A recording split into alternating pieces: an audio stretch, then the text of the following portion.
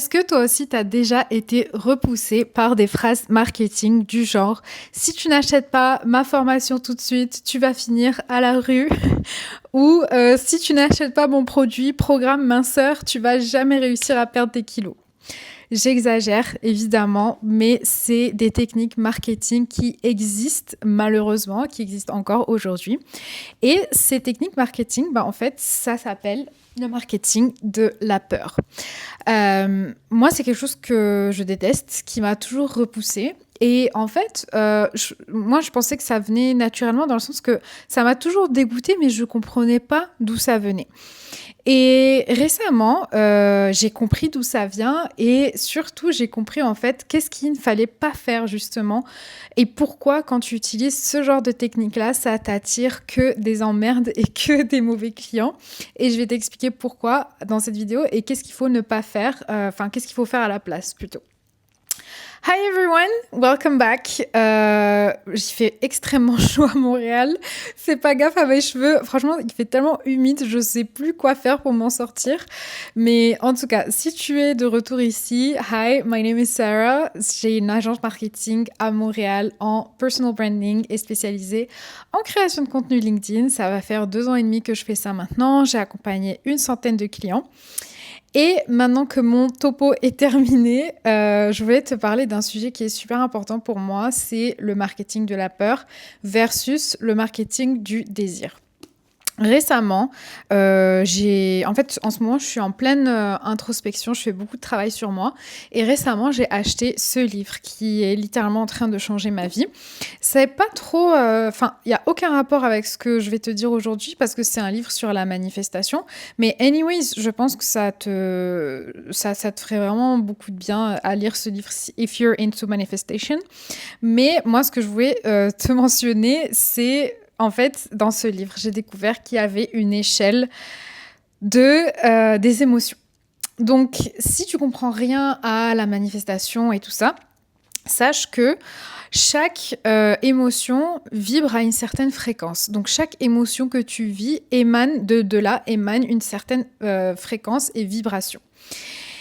Et il s'avère que la peur, c'est littéralement la dernière émotion sur la liste, ok ? Donc, il y a 22 émotions en tout. La première, c'est la joie, le savoir, la maîtrise personnelle, la liberté, l'amour et l'appréciation. Donc, ça, c'est top of the funnel. Donc, c'est la première. Et la dernière, c'est peur, chagrin, dépression, désespoir et impuissance. Et juste avant, c'est intéressant, il y a insécurité, culpabilité et indignité. C'est violent. C'est violent dans le sens que tu sais que, en fait, qu'il y a beaucoup de marketeurs out there qui utilisent le marketing de la peur. Donc, comme je te disais, souvent, ça prend la forme de « si tu fais pas ça, c'est de ta faute, que tu sois encore dans la même situation. Si tu fais pas ça, rien ne va changer dans ta vie. » Et en fait, j'ai l'impression que ces marketeurs-là confondent souvent l'urgence, parce qu'en vente, il faut utiliser une certaine urgence, mais je pense qu'ils confondent souvent l'urgence à utiliser pour closer les clients et la peur, le marketing de la peur. Ça se voit souvent, par exemple, sur des pages de vente. Tu vois, par exemple, quand tu vas sur Booking et que tu essaies de te booker, un hôtel, tu vas voir 5 places restantes avec un bouton ultra rouge qui est en train de clignoter. Ça, tu vois, c'est de l'urgence. Et c'est de l'urgence artificielle, d'ailleurs, parce que souvent, c'est pas le cas, qu'il reste vraiment 5 places. Et en fait, le marketing de la peur, il y a beaucoup d'entrepreneurs qui l'utilisent parce qu'ils pensent que en fait, c'est ça qui va faire passer ton client à l'action, c'est ça qui va faire en sorte que tu vas faire plus de ventes et tout. Et moi, ça m'a toujours repoussé ce genre de démarche-là. Je n'ai jamais utilisé ça dans mes réseaux sociaux ou dans ma création de contenu ou dans mes façons de vente. Et c'est hyper drôle parce qu'en fait, quand tu fais le lien avec la fréquence vibratoire des émotions, tu réalises à quel point, en fait, quand tu attires des clients par leur peur, tu attires littéralement les pires clients au monde.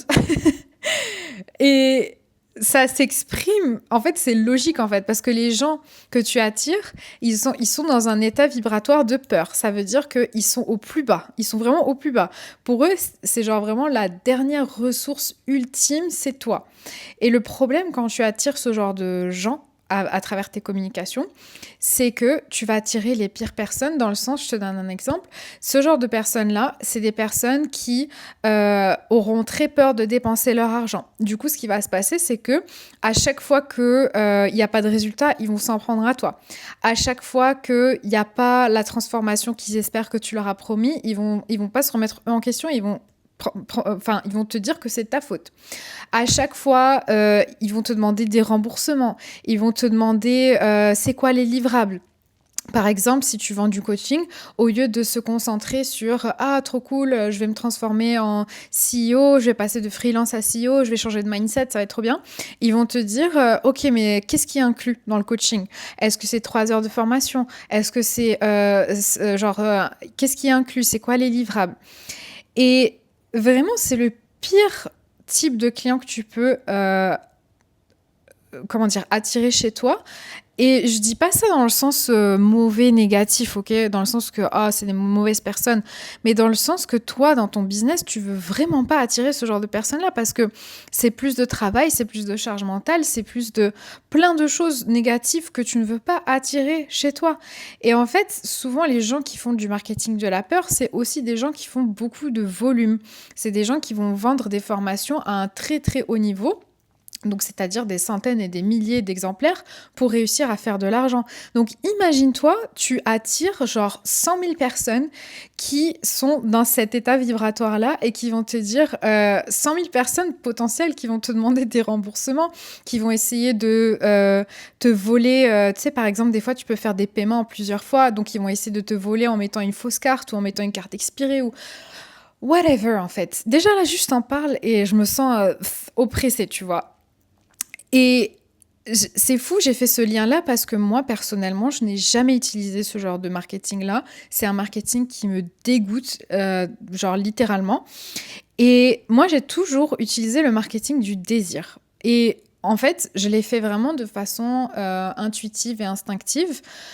Et c'est hyper drôle parce que moi, j'attire beaucoup de high-ticket clients. Et au début, je me disais... tout ça, c'est pas du hasard, hein. J'attire ce genre de profil-là parce que j'ai un bon positionnement, ma marque personnelle est très développée, j'ai une sacrée expérience, j'ai travaillé avec des clients qui sont quand même importants. Donc, c'est pas du hasard. Mais ce que j'essaie de te dire, c'est que je l'ai fait de façon naturelle et instinctive. Et au début, j'étais frustrée parce que je me disais, mais moi aussi, je veux faire de l'infoprenariat, moi aussi, je veux faire du volume, moi aussi, je veux vendre des formations et je sais pas quoi et tout, parce que c'était mon ego qui essayait de me dire ça. Et je me souviens, j'étais assise avec une pote et je lui disais, ouais, mais moi, je comprends pas, j'attire que des high paying clients. Et ma pote me disait, mais en fait, mais t'es conne ou quoi? Genre, c'est un bon problème à avoir, tu vois. Et avec le recul, je réalise à quel point, oui, c'est vrai parce que, tu vois, tous mes clients, ils me payent à la minute. Genre, j'envoie ma facture, ils me payent. J'envoie les livrables, ils sont en mode, let's go, c'est parfait. Genre, ils me prennent pas la tête en me disant... tu sais, les clients qui chipotent, il y a 30 000 rondes de correction, ils sont là à te remettre en question tes idées, tes trucs et tout. Ça m'est déjà arrivé, hein, 1 ou 2 fois. Mais la plupart du temps, j'attire des clients. Vraiment, ils ont tellement confiance en mon offre, en mon expertise, en moi. Et aussi, ils sont dans un état vibratoire et un mindset tellement différent que ça se passe ultra bien. Et c'est ce genre de clients-là que tu veux attirer. Et ce genre de clients-là, tu peux pas les attirer avec un marketing de la peur parce que ça les révulse. Tu vois, ce genre de choses. Par exemple, si tu commences à leur parler de volume, ben eux, ça va les dégoûter. Quand je parle de volume, c'est quand tu mets, par exemple, dans tes taglines ou dans tes réseaux sociaux, tu mets plus de 3000 clients accompagnés. Ça envoie un mauvais message parce que ça veut dire que tu fais du volume, tu fais pas de la personnalisation. Et donc ça va attirer des gens qui veulent pas payer cher. Et au contraire, quelqu'un qui est prêt à débourser de l'argent, qui veut être accompagné main dans la main, lui, il est prêt à payer cher parce qu'il veut de la personnalisation, parce qu'il s'attend à un niveau de qualité qui est assez élevé. Et donc, c'est pour ça que quand tu communiques sur tes offres et quand tu communiques sur tes accompagnements, tes services, etc., moi, je t'encourage vraiment à déjà, dans un premier temps, déterminer la personne que tu essayes de viser. Dans un deuxième temps, si tu veux viser des clients de qualité, ajuste tes communications en fonction. Donc, c'est-à-dire, si tu attires un client, je sais pas moi, un Fortune 500, tu vas pas lui parler de la même façon que si tu essaies d'attirer un entrepreneur qui a 5 000 $ de budget. Et ça, c'est mon deuxième conseil. Et mon troisième conseil aussi, c'est fais attention à l'image aussi que tu renvoies à travers tes communications. Et c'est pas parce que attention, hein, c'est pas parce que tu utilises le marketing du désir que tu ne peux pas utiliser de l'urgence. Et ça, c'est très touchy comme sujet parce que l'urgence en vente, si tu ne le sais pas, c'est l'argument qu'on utilise pour essayer de closer le deal. Donc, l'urgence, quand tu parles à des entrepreneurs, des gens qui n'ont pas beaucoup de budget ou quoi que ce soit, ça ressemble à des trucs genre le deal est disponible jusqu'à minuit, je n'ai pas beaucoup de places restantes, il faut que tu passes à l'action maintenant parce que sinon genre le prix va augmenter, ce genre de choses. Par contre, si tu fais ça à, par exemple, je sais pas moi, un directeur marketing d'une banque qui est prêt à débourser 60 000 $ pour travailler avec toi et que tu lui balances des trucs comme ça, il va fuir. Il va se dire, mais c'est un gros red flag, la fille, genre jamais de ma vie je vais travailler avec elle. Pourquoi ? Parce que le directeur marketing, il a des budgets à faire approuver, il doit en parler à son directeur, il y a plein d'étapes en fait à mettre en place. Donc l'urgence que tu crées, elle va juste le répugner, elle va pas du tout lui parler. Donc il y a d'autres types d'urgences que tu peux mettre en place, comme par exemple, si vous signez avec nous aujourd'hui, ben on vous offre 1 mois d'accompagnement offert. Si vous voulez, par exemple, si vous voulez faire ce deal-là avec nous, on peut vous faire entrer dans notre écosystème et vous faire bénéficier de ça. Enfin, il y a plein d'autres façons en fait de créer de l'urgence. Et un truc qui est très efficace aussi, c'est le coût de l'opportunité. Donc, c'est-à-dire, par exemple, ça parle beaucoup plus à ce type de client-là. Tu lui dis, bon, ben, ok, on attend 3 mois pour lancer le truc, pas de souci. Par contre, combien d'argent tu vas perdre en attendant ces 3 mois-là ? Tu vois ? En fait, les clients qui sont prêts à payer cher, ils ont plus peur de perdre de l'argent qu'autre chose. C'est ça ce qui va leur parler en fait. Et c'est pour ça que vraiment je t'encourage sincèrement à ne pas te laisser influencer par ce que tu peux voir out there. Souvent on voit, surtout le marché francophone, il y a des techniques là qui sont tellement... en fait, ils ont juste calqué ça du marché anglophone, c'est dommage. Mais sauf que c'est pas du tout les mêmes réalités, c'est pas les mêmes personnes, ça parle pas de la même façon, donc en fait, ça ne marche pas. Et c'est pour ça que je t'encourage à ne pas te laisser influencer justement par ces vieilles techniques-là qui ne s'appliquent pas forcément à ton business, qui ne s'appliquent pas forcément à ta cible. Et je sais que c'est facile à quel point des fois de juste copier-coller et calquer des méthodes qui fonctionnent pour les autres, sauf qu'en fait, tu risques d'aller droit dans le mur avec ce genre de technique-là si tu copies-colles simplement la méthodologie des autres. Aussi, encore une fois, sache que chaque communication que tu renvoies, enfin que tu fais, ça renvoie une certaine image et en fait, il y a vraiment beaucoup plus de critères qui rentrent en jeu dans la façon dont tu attires les clients que juste la façon de communiquer, le marketing, etc. Tu vois, ça, c'est plus un aspect holistique. Quand je te parle d'état vibratoire de ton client, tu te dis, mais attends, la fille, de quoi elle parle ? Genre, je comprends pas de quoi tu me parles. Et pourtant, quand tu regardes que, en fait, tout est lié, finalement, les émotions sont liées à certains types de profils, bah, en fait, tu comprends à ce moment-là qu'il y a beaucoup de choses qui rentrent en compte dans ta communication et pas juste simplement l'aspect marketing pur et dur comme on le connaît. Ceci étant dit, en fait, je suis un peu fatiguée aujourd'hui parce que j'ai passé 2 heures à filmer une masterclass sur le personal branding que je vais sortir très très bientôt. Et je suis ultra excitée de te partager ça parce que je sais à quel point ça va changer des vies. Et je vais te partager ça d'ici la semaine prochaine, je pense. J'ai hâte que tu puisses y avoir accès pour que tu me donnes ton feedback, tes avis là-dessus. Parce que aussi, la marque personnelle, c'est un des critères très, très importants qui va faire en sorte que justement, tu vas réussir à donner plus confiance, que tu vas attirer les bonnes personnes, des personnes qui ont les mêmes valeurs que toi, la même vision que toi, la même mission que toi. Et c'est souvent un truc qui est sous-estimé, un peu mis au placard. Les gens pensent que, ah oui, c'est un truc truc qu'on laisse en dernier et on va s'occuper des stratégies marketing avant tout.